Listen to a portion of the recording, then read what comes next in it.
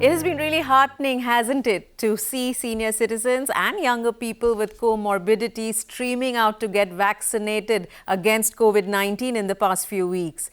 Watching those numbers as they add up across the country with hawk eyes is the retail sector. Standalone restaurants have been growing rapidly, with chains in the organized sector growing really fast, somewhere over 18%, until, of course, nearly exactly a year ago.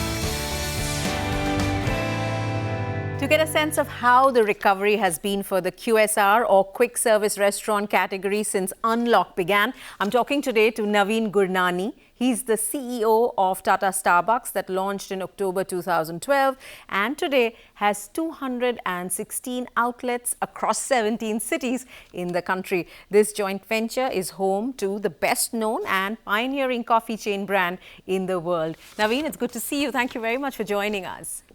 Good to see you. Cheers, Anuradha. Thank you for having me. So does it seem to be that it is business as usual as we speak today? Because by December, Tata Starbucks was already sort of near pre-COVID levels, isn't it? So about 92% of your stores were open and 90% revenues were being clocked again. Oh yeah, near, yes, but not quite there, right? So business is not as usual yet because it's a bit of a start, stop. You may have heard about the restriction once again in Ahmedabad, right? It's back on takeaway only. And this keeps happening in different cities depending on how the cases are panning out.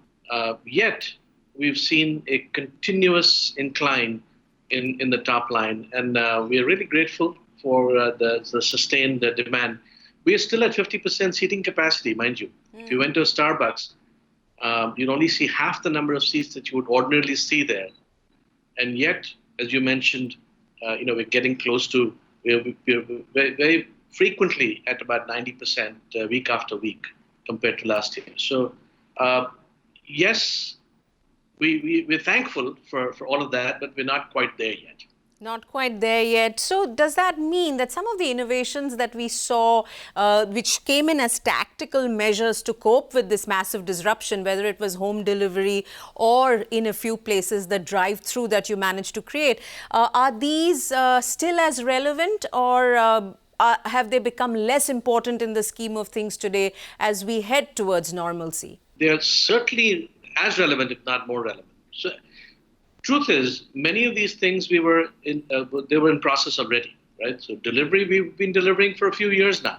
Delivery just became more popular with a certain constituency that really, really doesn't want to leave their home, right? The drive-through was being built already, even before COVID hit. In fact, what has happened is that we've begun to focus a little bit more on drive-throughs. So in the coming few months, you'll hear of more drive-thrus opening up. We have an app that called the Mobile Order and Pay. On the Starbucks app, you can place your order, customize your beverage exactly the way you like it, pay for it, and then all you have to do is pick it up. So that was already about to be launched. We did accelerate it, right? Okay. And so people are beginning to discover that as well. What we've also started to do more of, and the idea was launched even before COVID, was curbside pickup. So lots of these things. A couple of new things that we did is that we have this WhatsApp account where you can order from if you're not a Starbucks cardholder, and I don't understand why you would not be, but if you're not, you can use that. So in terms of handles on how customers can reach us, much of what we are doing was in the works already. Understand that we are a brand that is heavily dependent on the customer's experience in the store. Right? Yes. So that will still be a very large part of our business, and that is why we see so many people coming to Starbucks, or at least trying to come to Starbucks. So you're saying that many of these innovations or the measures that we saw roll out in the last year will stay. What I find that I'm curious about is how ready were you all in terms of the digital acceleration? Because we saw digital become the cornerstone of survival, isn't it, for all business in terms of market access in the last year. How ready did you all find yourselves in that process? And what are the kind of really changes that had to be made in the way processes were organized to be digital first? As I mentioned, many of these things were in the works already. I mean, COVID is a very, very unfortunate thing, but its timing from our digital readiness couldn't have been better. Yeah. Right? We were able to accelerate things very quickly and put them in place. What we did do, right, as we were talking earlier about personalization and customization and that connection piece, we leveraged the different technologies to stay in touch with our customers through that technologies. For example, I'll tell you, if you're a Starbucks customer, you know that there's something iconic that happens at Starbucks. When you get your beverage, the barista announces, "Tall vanilla latte for Anuradha," right? Yeah. And people love that. They love the idea. People were missing it. We used to get messages. Select people were sent these text messages even when they had the product delivered to them. And then we upped our social media efforts to continually stay with our customers. You spoke about what the Starbucks experience and brand represents, and it is more than just coffee, isn't it? It is that place where you meet. It's the place where you sort of gig workers, freelancers work, the Wi-Fi signal that you all offer. All of that adds up to that Starbucks experience. It is not just about coffee. Do you see the experience that we have had collectively as a result of COVID-19 change what one requires from this brand, or what one sees this brand to stand for? Yeah, not in a seismic, huge manner. I think fundamentally the brand will still be about connection. It'll still be about experiencing the third place. It'll still be about sitting there in a lovely ambiance and enjoying a cup of coffee. Yet, certain new habits, right? Say certain people who had never tried delivery before and tried them through COVID probably found that, hey, this is also very convenient.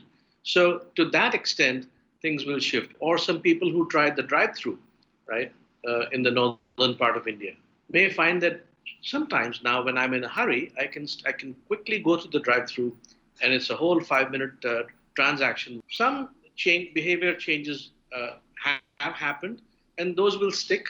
Some will still come back to their old, their regular way of enjoying Starbucks in their store, a leisurely cup of coffee. So it depends on the occasion, right? Depends on what the occasion is. We also actually launched our brand on the e-commerce platform. So we're now on Flipkart. Very soon we'll be on other platforms as well. And people can now buy, this wonderful Starbucks cup. You can buy in Patna, even though there is no Starbucks store there. So certain things have changed, and I say that, as Shakespeare once said, "Sweet are the uses of adversity," right?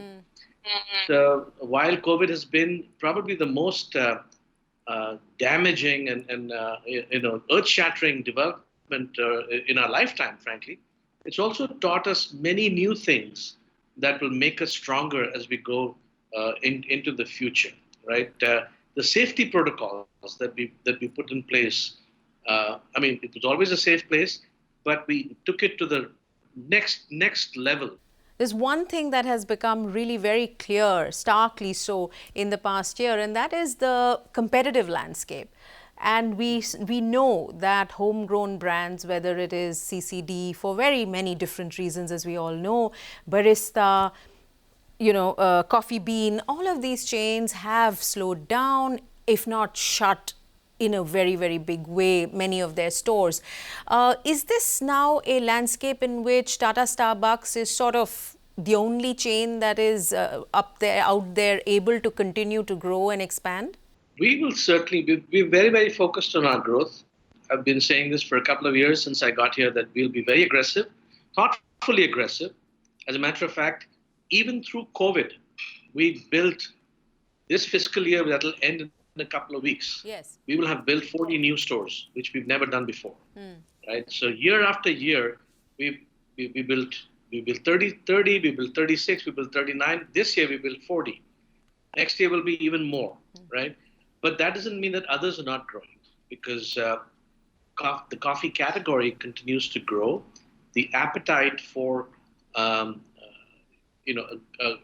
more cosmopolitan global experience, shall we say, continues to grow, and all those who offer a world class experience will survive, will thrive indeed. No, but no one thinks that the competition will just dissipate. There is no reason for them to, and I don't think, frankly, we want them to, because it's good to There's have just so much competition. that the category can grow, isn't it, in any case? That's true. So market shares will keep shifting as they often do, right? But the category overall is growing at 8 to 9% a year. The COVID blip notwithstanding, the systemic growth will continue, right? The fundamental need for experiences continues as things begin to normalize. Some of my competitors here are my friends too. Of course. So I've met them, and they're all optimistic about the future as well. some of the stores that belong to your competitors that may have shut, do they interest Tata Starbucks in terms of spaces, locations, stores to acquire? And also, with particular reference to Cafe Coffee Day, there was some news that Tata Starbucks may be interested in the vending machine, the machines in the office business. But is that an interest which is less after the work from home experience became so prevalent over the past year? So, in terms of locations, right, we are constantly looking for good locations that are suitable to us. It doesn't matter whether there was another coffee shop in there or not, right? So, it's as expected, right? Anytime any kind of a cafe operation closes down, the broker community approaches us, and we evaluate those locations on the merits of that particular location. There is no conversation about saying all the locations that close we will take. That's not how we do business. And as far as the vending piece is concerned, I'm afraid you're going to have to talk to Tata Consumer Products because they are at the forefront of that conversation. There is a sense that how the office space is used will get reimagined. How we work in offices and how much time we spend in offices will get reimagined after the experience of 2020. Where are you on that? Time will tell. There's a school of thought that says, why would you even have an office when Yes. all the work that we had to do through COVID was done very productively, from home? But there's also another school of thought, equally strong, that says it's not just about, having that conversation over the phone or a conference call or a video call. It's about that camaraderie that you can build when you're in the same building, right? So there's lots of people I know who are actually getting back to their offices. Now, will that be 100% back to normal? I'd say time will tell. But I wouldn't write off the idea of the office altogether, right? Yes. People will return to their offices because understand that there's a lot of joint families, a lot of small homes we live in. You need a little dedicated space to be able to work, and I've talked to people who are just fed up with the idea of working from home and are craving to come back to the office. As a matter of fact, we will be returning to our office in a matter of a couple of months, and I know a lot of people are doing so. Is it back to normal? No. Will it be back to normal 100%? I doubt it, but it won't be like the offices will vanish. Starbucks has now been in India for 8 years. It's in the 9th year as we speak. What are some of the strategic changes or innovations that it has had to do for the Indian market specifically? Because all global brands do always have to do some kind of very India-specific customization, isn't it? In your experience, what have they been for Tata Starbucks? As far as beverages are concerned, all over the world, customers want a global experience. Yeah. So they readily take to all the beverages that we offer them. Some of them sometimes may feel even alien. For example, the pumpkin spice latte, right? Now, the pumpkin spice latte is a very popular beverage in the US and many other markets in the Western Hemisphere. And when we first launched it here in India several years ago, people didn't quite understand why we were having a pumpkin spice latte. But I tell you, people love it. They love it now, right? Um, so as far as beverages are concerned, I would say it's about 85% global influence. Sometimes we offer something locally that becomes global. So a couple of years ago, we launched the Alfonso Mango Frappuccino, which was an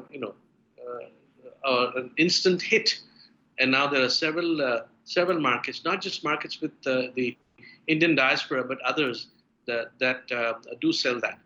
As far as food is concerned, right, we've seen our food consumption also continue to improve in the last few years by virtue of a little bit more localization. So recently we did this collaboration with Chef Sanjeev Kapoor in partnership with Tata Sampann.